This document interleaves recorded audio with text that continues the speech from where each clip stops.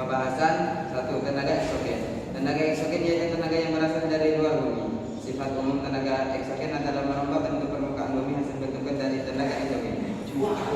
Bukit atau tebing yang terbentuk hasil tenaga endogen terkikis oleh angin sehingga dapat merubah bentuk permukaan bumi.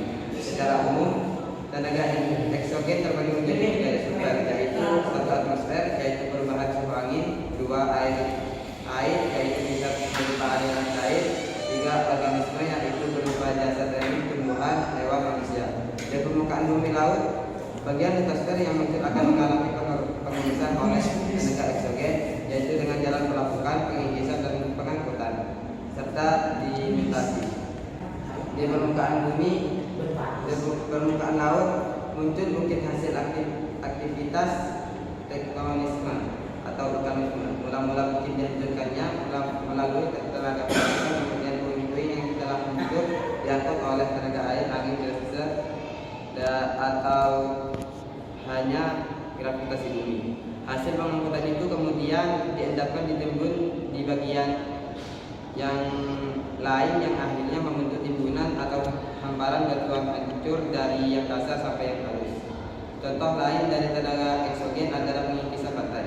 Setiap saat air laut menerjang pantai yang akibatnya tanah dan batuannya terkikis dan terbawa oleh air. Tanah dan batuan yang dibawa air tersebut kemudian diendapkan dan menyebabkan pantai menjadi dangkal. Di daerah pegunungan bisa juga ditemukan sebuah bukit batu yang kian hari semakin kecil akibat tiupan angin. Adapun siklus geologi yang berlangsung sepanjang masa. Kedua, macam-macam tenaga eksogen. Macam-macam tenaga eksogen dan prosesnya pembentukan permukaan bumi serta perubahan bentuknya dipengaruhi oleh proses geologi dalam waktu yang cukup lama. Demikian pula proses saat tenaga eksogen mengubah muka bumi. Proses pembentukan bumi melibatkan banyak faktor. Tenaga endogen dan eksogen bisa saling punya pengaruh dalam proses itu.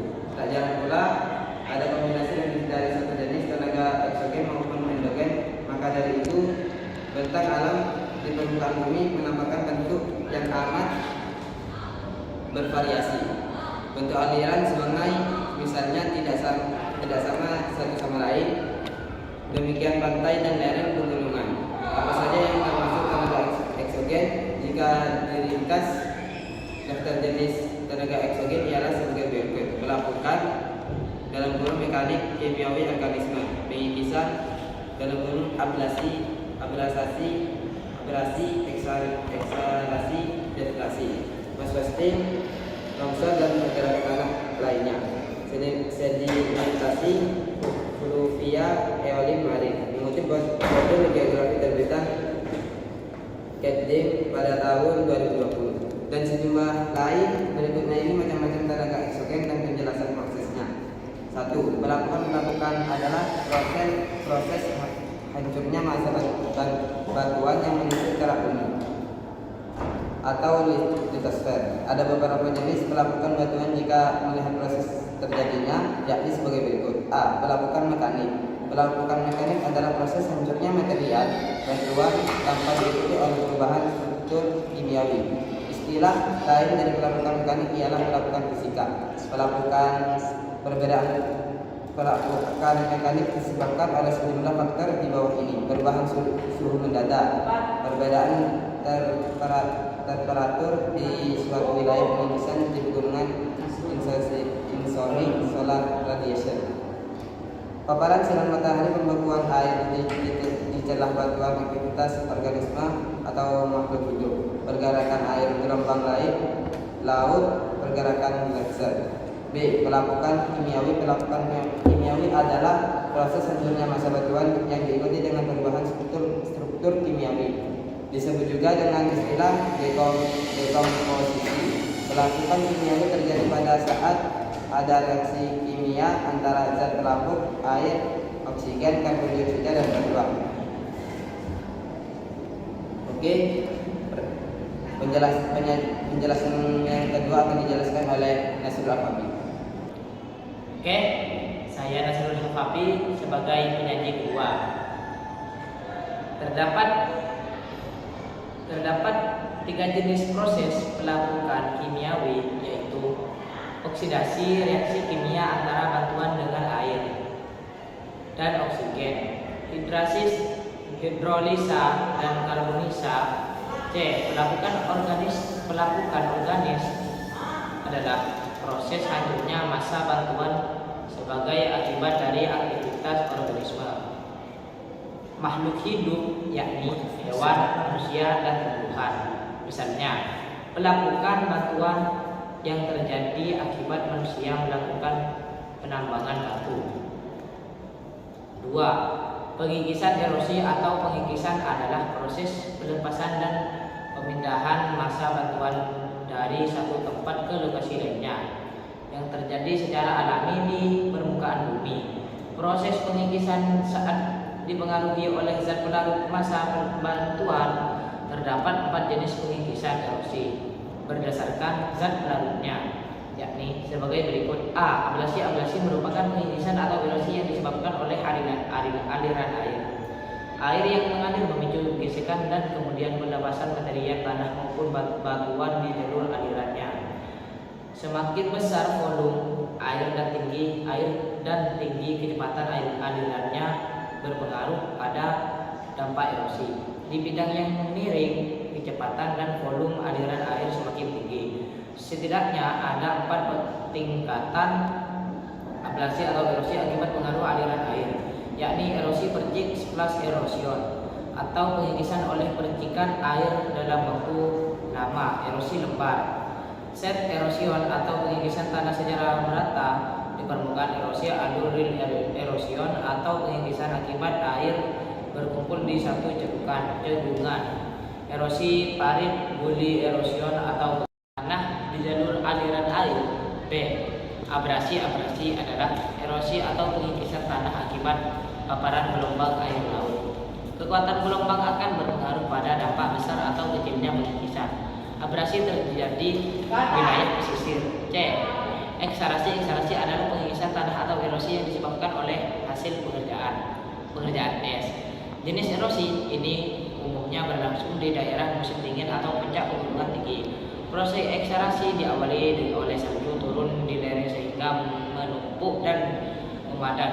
Lalu akibat gaya gravitasi, tumpukan es itu bergerak ke lembah dan memicu pengikisan batuan atau tanah. D. Deflasi. Deflasi adalah erosi akibat tenaga angin. Dalam proses lama, angin bisa menerbangkan pasir dan debu yang mengikis batuan maupun lapisan tanah dalam jumlah besar. 3. Mass wasting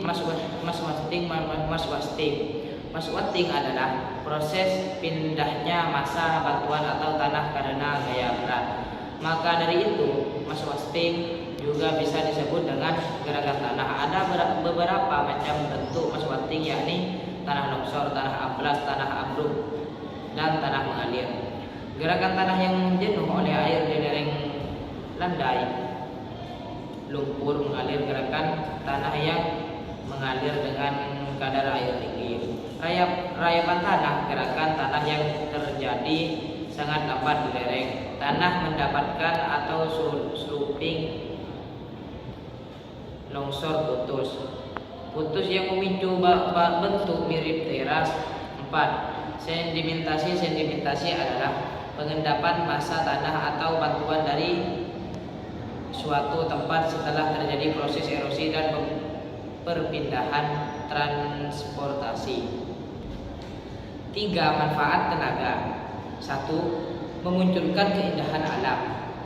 Fenomena alam yang disebabkan oleh tenaga eksogen dan eksogen ini memunculkan pembentukan patahan dan lipatan di permukaan bumi.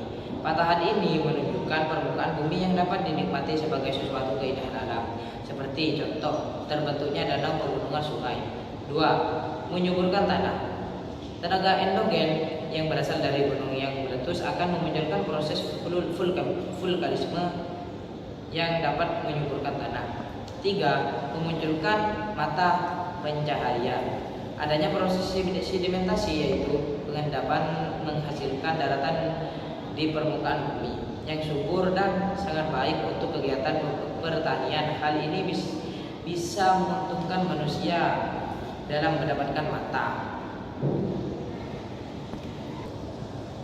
Penyaji yang terakhir akan disampaikan oleh Raffi Saputra. Bab 3. Kesimpulan. Tenaga eksogen yaitu tenaga yang berasal dari luar bumi. Sifat umum tenaga eksogen adalah merombak bentuk permukaan bumi hasil bentukan dari tenaga endogen. Bukit atau tebing yang terbentuk hasil tenaga endogen terkikis oleh angin sehingga dapat mengubah bentuk permukaan bumi.